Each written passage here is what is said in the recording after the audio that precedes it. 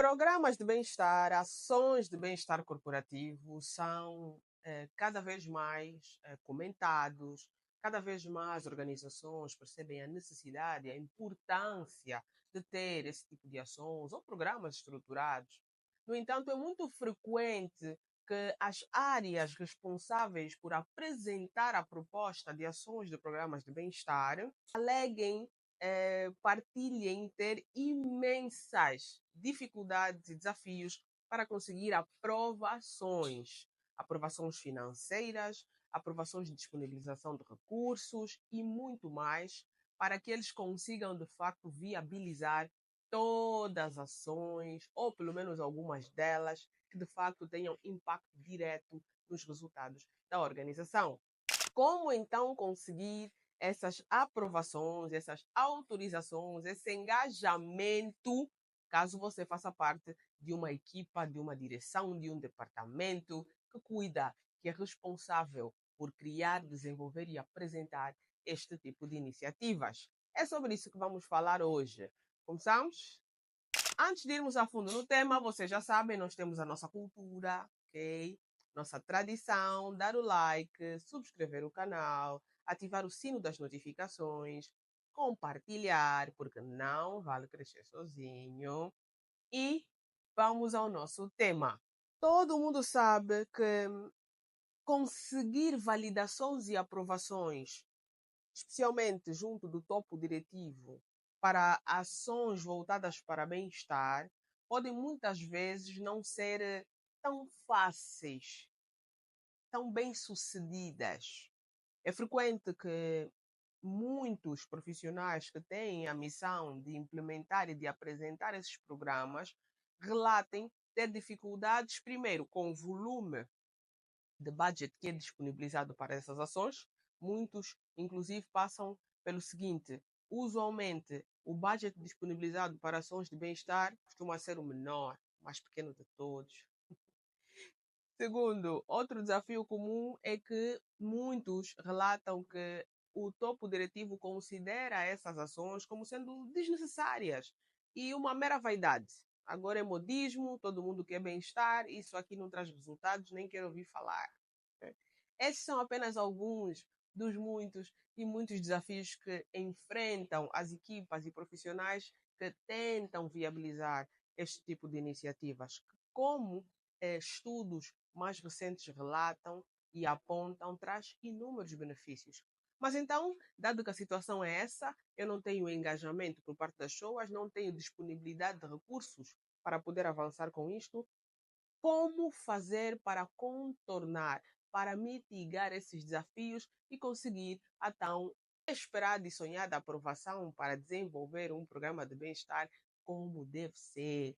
Vamos partilhar aqui algumas sugestões que podem ser aplicadas. Atenção, que elas vão ser aplicadas na medida em que o contexto da organização em que você está inserido assim o permite e dentro dos parâmetros, ok? Nós vamos aqui partilhar sugestões genéricas que sim, dão muito certo, mas umas podem ser mais práticas em determinada cultura organizacional, outras podem ser menos práticas. Isso varia, isso é caso a caso. Se quiser um estudo bem caso a caso, contacta a Salo.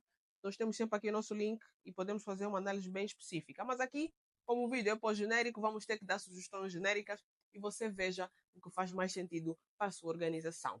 Vamos à primeira ação que você pode tomar para conseguir ter, vamos dizer, maior aceitação e engajamento por parte dos aprovadores dessa sua proposta. Primeira ação: tenha estatísticas. Isso mesmo.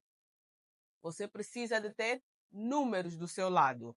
Números sobre o quê? Números sobre o impacto atual no bem-estar dos profissionais, na satisfação dos profissionais, no impacto que isso tem ou não na continuidade, na taxa de rotatividade dos profissionais. Então você precisa de ter esses dados. Pode adquirir de várias formas. Pode fazer pesquisa de satisfação e colocar perguntas específicas para esta ala, para conseguir medir e verificar o quão importante ou não tem sido para os profissionais da sua empresa terem programas de bem-estar. Tem que ter números, associe números. Também pode usar a entrevista de desligamento ok? Que se faz quando o colaborador pede demissão ou quando ele é demitido, existe um processo chamado entrevista de desligamento. Nessa entrevista de desligamento é bastante estratégico que, se você está a tentar unir dados, já reúna dados para tentar perceber até que ponto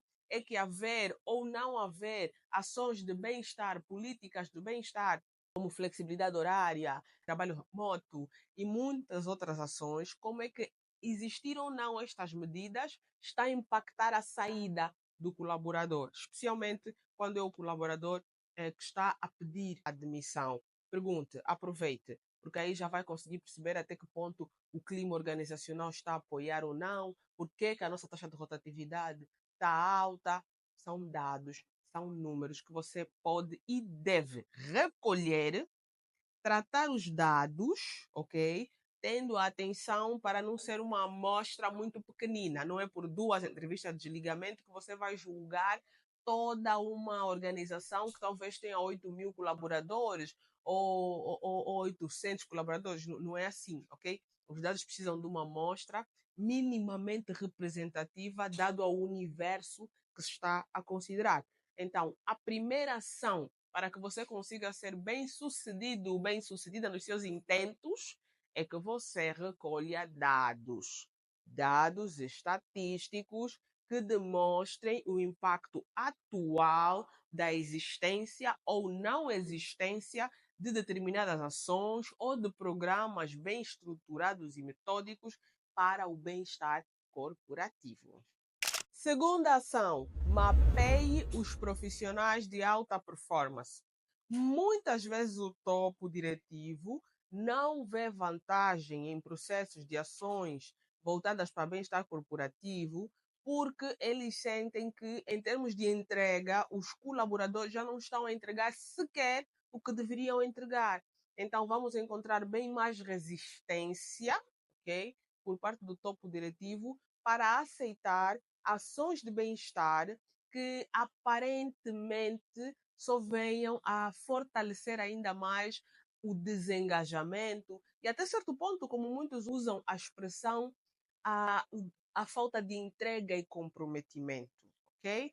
Então é importante que se mapeie quem são os profissionais de alta performance. Existem várias formas de obter esses dados, ok? A principal forma, uma das principais, é conseguir verificar as avaliações de desempenho, tá bom? Então, unir, levantar dados, métricas sobre quem são os top performers é uma excelente ação. Para organizações que não têm avaliação de desempenho de forma metódica, não precisa nem é apropriado que continue dessa forma. Mande uma mensagem para o Salo, vai ser um prazer conversar convosco, ok? Temos ajudado inúmeras empresas a conseguirem desenvolver e implementar processos de avaliação de desempenho metódicos e que gerem dados que realmente importam, né? Porque aqui não vale apenas mensurar, tem que mensurar o que importa, tá bom? Então, o que é que vai ser necessário fazer? Analise as avaliações de desempenho, faça sessões de cruzamento com os líderes para reforço e reconfirmação das informações. Sim, porque, como sabemos, boa parte das organizações que acho que usam, tem muitas que ainda nem sequer têm avaliação de desempenho de maneira estruturada, mas as que têm tendencialmente o costume de organizá-las ou de fazê-las uma vez ao ano. Significa que, independência do momento em que você está a recolher esses dados já podem estar completamente obsoletos.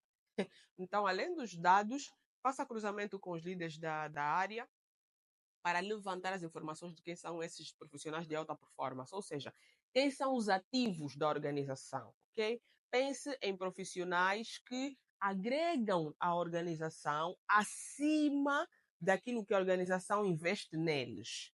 Pense em profissionais que trazem para a organização resultados acima do que a organização talvez invista neles, tá bom?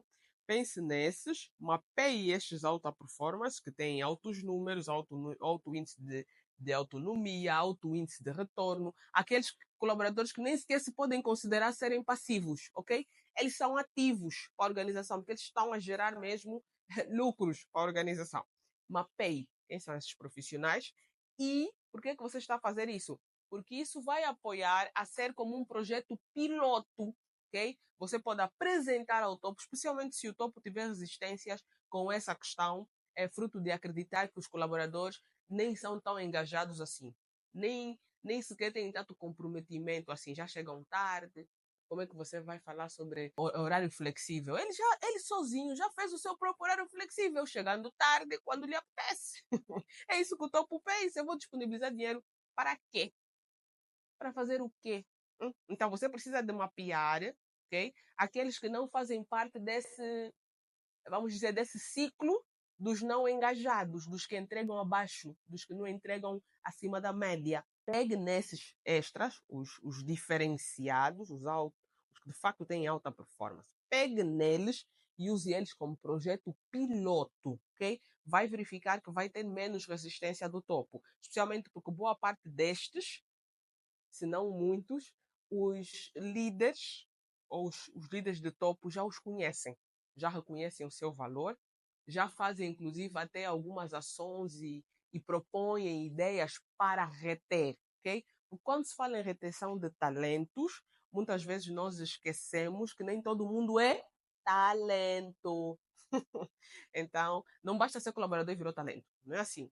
De igual forma, não basta ser colaborador e virou um colaborador de alto valor. Não é assim, ok? Então você precisa de reunir aqueles que de facto têm alto valor e apresentar ao topo os números, porque se de facto têm alto valor, eles têm os números ao seu lado. Apresentar os números que eles têm, apresentar os resultados que eles têm, ok?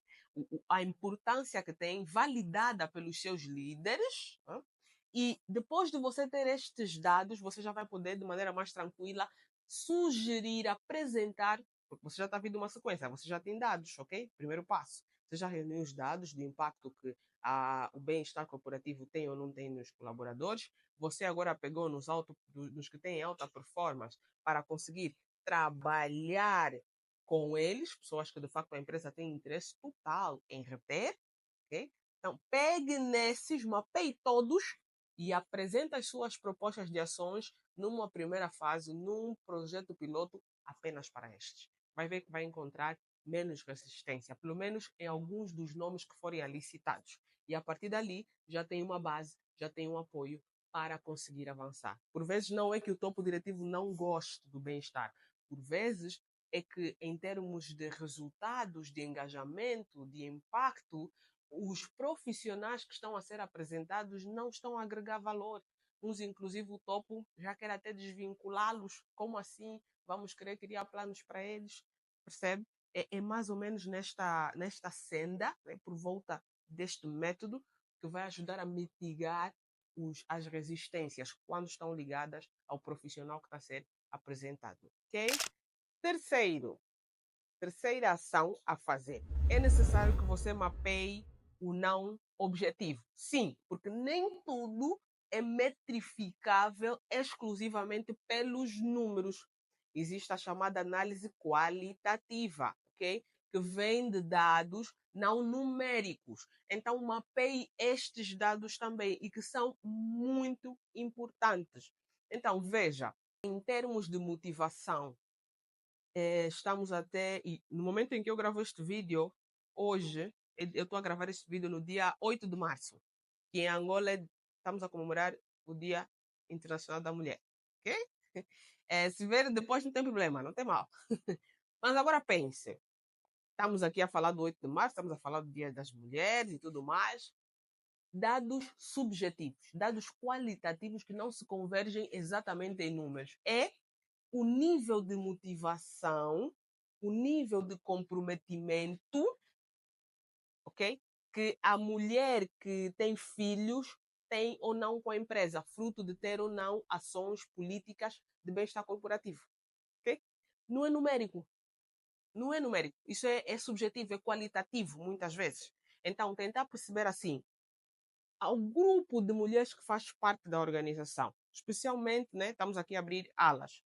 Abrimos uma ala para o grupo de mulheres que têm filhos, que criam os seus próprios filhos. perguntar, saber delas, isso é qualitativo. Em entrevistas por amostra, até podem ser feitas assim, a independência do tamanho da organização, pode ser que entrevistar a todas seja um processo bastante exigente. Então, colocar por amostras, ok? Mas amostras que tenham um quórum de participação suficientemente representativo, dado ao total, né?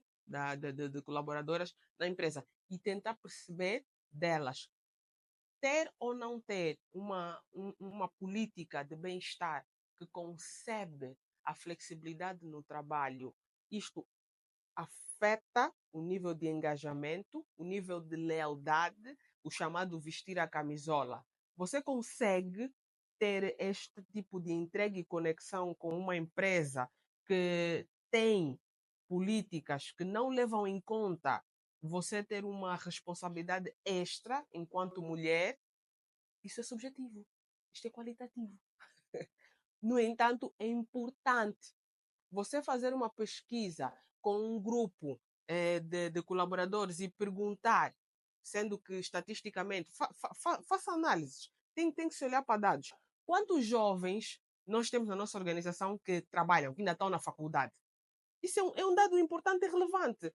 E perguntar a eles, se houvesse uma política, ok? Que pensasse um pouco mais na flexibilidade horária, ao ponto de permitir que você se dedicasse aos estudos, sem, no entanto, obviamente, prejudicar os resultados da organização, você se sentiria mais motivado, mais conectado. Novamente, isto é qualitativo, isto não é uma coisa só de números, mas são dados importantes. Então, agora pense, você pegou nos que são de alta performance, dentro desses de alta performance, você encontrou lá pessoas do gênero feminino, mulheres, umas que inclusive têm filhos. Você encontrou jovens que estão a estudar e às vezes até senhores que estão agora a tentar concluir os seus estudos ou a fazer um reforço, a fazer um mestrado, a fazer uma certificação, ok? E questionar a estes, né, os top performers, como é que tem impactado ou não os programas, as políticas de bem-estar corporativo, ok? São dados que não são só numéricos, são qualitativos, mas que têm um impacto enorme, que podem estar inclusive na base, ok? De ações que, se fossem realizadas, reduziriam em muito alguns desafios comuns que a organização pode estar a viver. Okay? Então, trate esses dados, vá além dos dados numéricos e comece a colher também dados qualitativos, aparentemente subjetivos.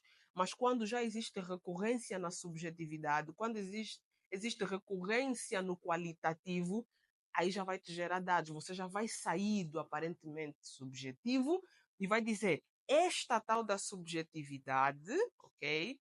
Nós já temos uma recorrência no nosso universo de 100 colaboradores, 70 colaboradores foram para esta tal da subjetividade. Temos espaço para análise e comentários. Okay? Quarta e última ação que pode fazer para conseguir ter maior aceitação de propostas de programas de bem-estar. Okay? Lembrando que as conquistas muitas vezes são paulatinas. Vamos conquistando um pedaço de cada vez. Cada pedaço que você conquistar, e esse é o quarto passo, acompanhe as métricas. Não simplesmente realize, conseguimos, está validado, estamos a realizar sem acompanhamento. Não faça isso, ok? Até porque é sempre necessário fazer a comparação com o antes e o depois. Por quê? Porque nesta comparação você pode muito bem identificar que algumas ações, depois de terem sido implementadas, nem sequer geraram tanto resultado, muito pelo contrário, até regrediram. Isso acontece, é verdade. Muitas vezes nós pensamos que aplicar uma ação, um programa de bem-estar corporativo vai imediatamente gerar resultados de melhoria, mas pode ser que não aconteça isso. E é necessário ter-se a coragem para se identificar que isto está a acontecer e fazer os ajustes conformes.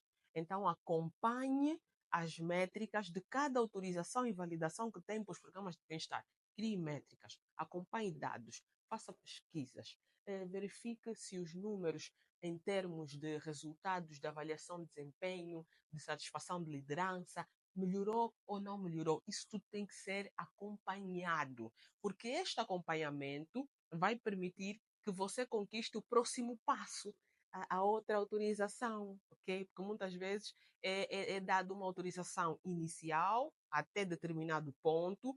Se dentro deste ponto for possível conseguir identificar e reunir dados suficientes, quando para o orçamento do ano a seguir nós pedirmos um pouco de mais espaço e apresentarmos dados que justifiquem este maior investimento, fruto dos resultados positivos que foram adquiridos por meio da implementação de ações e de programas estruturados de bem-estar, se nós formos capazes de apresentar esses números, é muito, muito mais fácil conseguirmos aprovações cada vez maiores para conseguirmos cuidar do bem-estar corporativo. Bem, por hoje eu que tinha para partilhar convosco. Contem-me nos comentários como é que tem sido. Tem tido muita resistência ou nem por isso? Quais são os métodos que você já usou e que funcionaram para conseguir as aprovações? Não vale crescer sozinho. Coloca nos comentários, vamos ver e se calhar até vai dar sugestões interessantes que outros líderes precisam de ouvir para conseguir caminhar de maneira mais tranquila. E é tudo que eu tinha para partilhar convosco hoje. Vemo-nos no próximo vídeo. Feliz Dia das Mulheres para vocês.